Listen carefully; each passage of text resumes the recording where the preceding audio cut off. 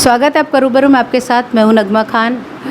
अभी एक मीरा भाईंदर में एक ताज़ा खबर आई है कि कुछ पुलिस वाले हैं वो जो गुटखे का व्यापार करते थे उनसे रिश्वत मांग रहे थे और ये ज़्यादा चीज़ें बढ़ गई थी और वो बहुत परेशान हो गए थे, इसलिए वो फिर उसके बाद उन्होंने पुलिस में कंप्लेन करी और इस तरह से ये मामला मीडिया में आया।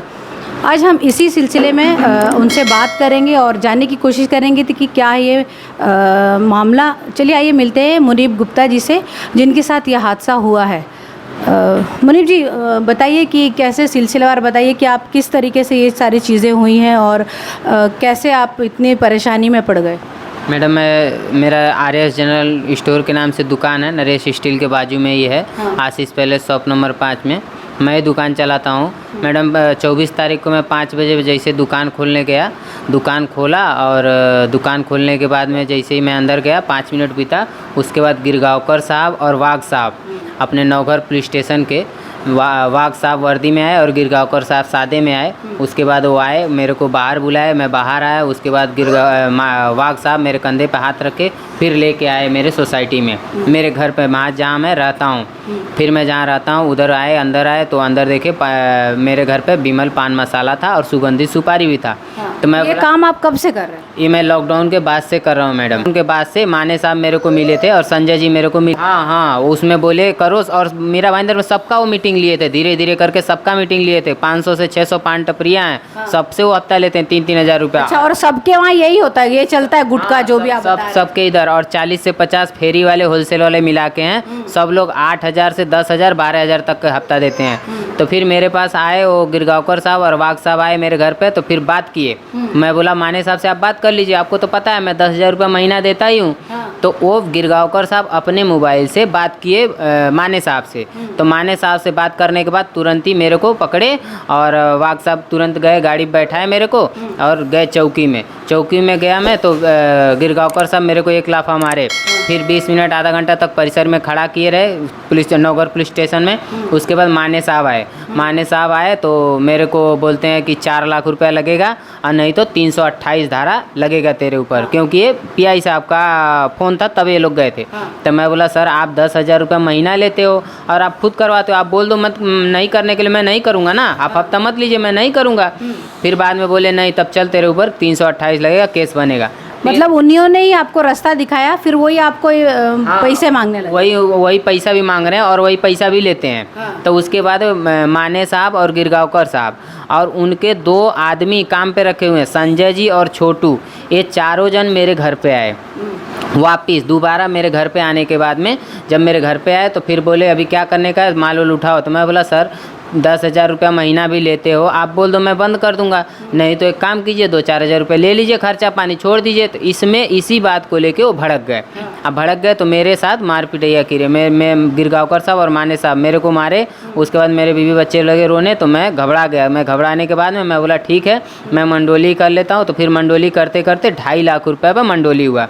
2.5 लाख रुपये में मंडोली हुआ। लेकिन मैं बोला सर आज मेरे पास पैसा नहीं है, मैं जुटा के माल वाल बेच बाच के कल दे दूंगा आपको। तो दूसरे दिन का बात हुआ, 24 तारीख का मेरा बात हुआ और 25 तारीख को 3:30 बजे शाम को देने का बात हुआ। फिर मैं एंटी करप्शन में गुहार लगाया, थाना एंटी करप्शन में मैं बात किया, लेकिन उधर बोले 3 दिन का छुट्टी है तो 3 दिन बाद आइए। तो फिर मैं वहाँ सांता क्रूज के एंटी करप्शन में बात किया, वो भी मेरे पास रिकॉर्डिंग है, दोनों थाना का भी रिकॉर्डिंग है और इधर का भी सांता क्रूज का भी रिकॉर्डिंग है। दोनों जगह मैं बात किया, दोनों जगह वही से यही बात आया कि 3 दिन का छुट्टी हम लोगों का ये क्रिसमस डे है, इसके लिए सर नहीं है। अब 3 दिन बाद सोमवार के दिन आप आइए, सुबह में शाम तक आपका काम होएगा जो भी होएगा।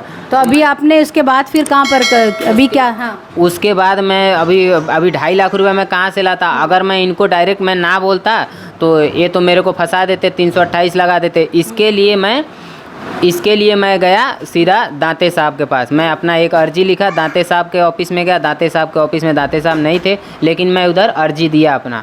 फिर वहाँ से गया काशी मीरा, एक अर्जी लेके गया काशी मीरा अमित काले साहब के पास, डीसीपी अमित काले साहब से। उनसे मेरी बात हुई, वो मेरे को मिले, आधा घंटा तक बात किए, वो मेरा अर्जी लिए और बताए मेरे साथ न्याय होगा।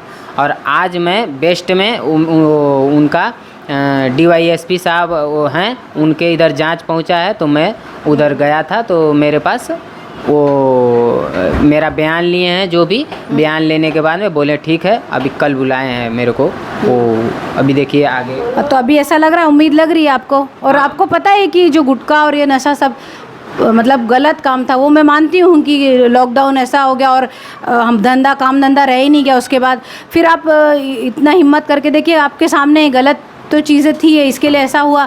लेकिन अभी आप ये इतना जो डीवाईएसपी उन्होंने भी आपको बोला है, तो अभी आपको उम्मीद लग रही है कि कार्रवाई आगे जाएगी? अभी मैडम मैं मानता हूँ मैं गलत काम करता था, मैं गलत काम किया हूँ, लेकिन वो प्रोत्साहन किए हैं, वो आगे बढ़ाएं, तभी मैं गलत काम किया हूँ ना।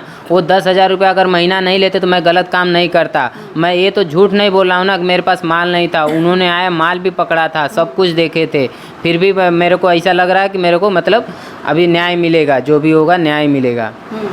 328 का मतलब मालूम है? नहीं, 328 का मतलब वो बोल रहे थे 6 महीना जमानत नहीं होगा। मतलब तुमको जो नशा है किसी को देने के अपराध में आपको गिरफ्तार करेंगे, उन्होंने ये बोला आपको?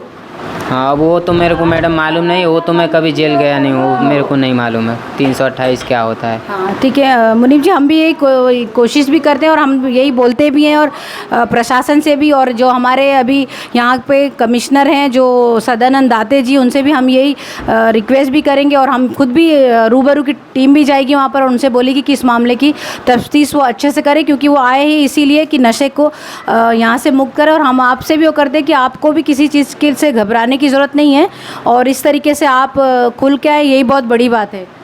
मेरे को मैडम फ़ोन आ रहा है, मेरे को वाया दूसरे से फ़ोन आ रहा है, इसके लिए मैं 3 दिन से दुकान बंद किया हूँ। आज 3-4 दिन हो गया, मेरे को डर लग रहा है कि वो दूसरे चीज़ में मेरे को फंसा सकते हैं। इसके लिए जब तक न्याय नहीं मिलता 2-4 दिन तक वेट करूँगा, फिर मैं अभी दुकान नहीं खोला हूँ, इसके लिए मैं वही वेट कर रहा हूँ। चलिए, हमसे बात करने के लिए शुक्रिया। धन्यवाद। हमने अभी बात कराई आपकी मुनीब गुप्ता जी से, और जो सच था उसको जाना। हम भी यही चाहते हैं कि जो मीरा भाईंदर में जब जैसे भी बात बताया, जो इन्होंने आरोप लगाया पुलिस को, जो इनके साथ हुआ, जैसे भी सीसीटीवी कैमरे में जो आया, इनके घर पर भी आ गए और इस तरीके से इन्होंने अपना गुनाह कबूल किया कि मैं गलत ही कर रहा था, लेकिन पुलिस वाले ने ही कहा था कि इस तरह से, जाहिर सी बात है लॉकडाउन के वक्त किसी के पास भी कोई काम नहीं था और आ गए वो उनके झांसे में, या जो भी है, जो भी ये बात बता रहे हैं। हम यही चाह रहे हैं कि किसी तरीके से भी ये मामले को की कार्रवाई हो, और जो भी है इस मामले के जड़ है उसको ख़त्म किया जाए, ताकि ये, और इसके साथ साथ अभी हमको मुनीब जी ने बताया कि बहुत सारे ऐसे गुटखे की शॉप्स है, मतलब इतनी सारी दुकानों पर भी ये साथ में बिक रहा है और पुलिस वाले करवा रहे, इस तरह की बात उन्होंने कही। तो हम चाहते हैं उसकी भी जांच हो, और यही चीज़ें हैं, और यही समाज को, हमारे समाज को धीरे धीरे ये दीमक की तरह खाती जा रही है। हम हमेशा रूबरू में किसी न किसी चीज़ को, ऐसी चीज़ों को लाते हैं ताकि लोग जागरूक हो। मैं रोज़ हमेशा यही कहती हूँ कि जनता जागरूक हो, जनता कहीं भी देखे इस तरह की, अब ये जो गुटखा जो भी बेच रहे हैं, आज आप सपोर्ट करते हैं, यही चीज़ कल आपके घर पे आ जाएगी, चाहे आपका बेटा ये लेगा। और आपको पता है कि ये तो गुटखे की बात हो रही है, धीरे धीरे मीरा भाईंदर में नशे, जो ड्रग्स हो रहा है, ड्रग्स का नशा हो रहा है, वो कितना ज़्यादा होता है, और रोज़ पुलिस इसके लिए मुहिम चला रही है। कभी कोई सोशल वर्कर आ रहा है रोड पर, लेकिन किसी भी तरह से इस पर कोई कार्रवाई नहीं होगी। सिर्फ फ़ोटो खींचना और सोशल मीडिया पर डालना ही ज़िंदगी नहीं रह गई है। ज़िंदगी ज़मीन पर है, ज़मीन पर बहुत कुछ गलत हो रहा है, और हम यही चाहते हैं कि इस मामले में कार्रवाई हो। चलिए, मिलेंगे फिर ऐसे किसी विषय पर और बात करेंगे, तब तक के लिए शुक्रिया।